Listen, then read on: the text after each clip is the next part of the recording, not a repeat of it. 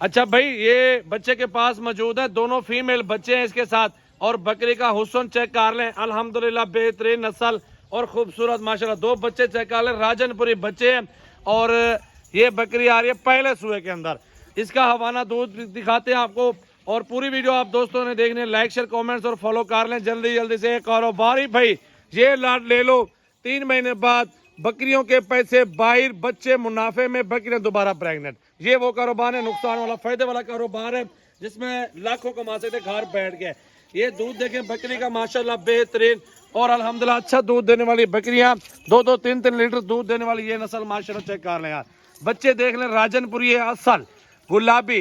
2-3 महीने की बात है, ज्यादा नहीं है। मेहनत आपने करनी है, आप आराम से कमा सकते हैं। आप टोकन बयाना भेज दो, आप बंदा भेजो, आज माल ले जाए, इशू नहीं है। 65 का पुट्ठा पड़ जाएगा। सारी बकरियों का अकेले के लिए बकरी महंगी है, अकेले के